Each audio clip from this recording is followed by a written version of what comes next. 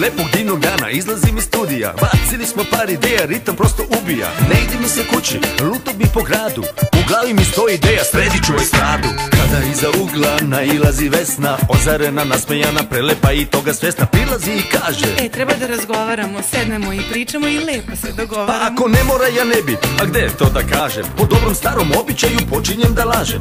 Jao, kao, baš ne mogu sad, mora da kupim stabilizator, katalizator, kroktomator.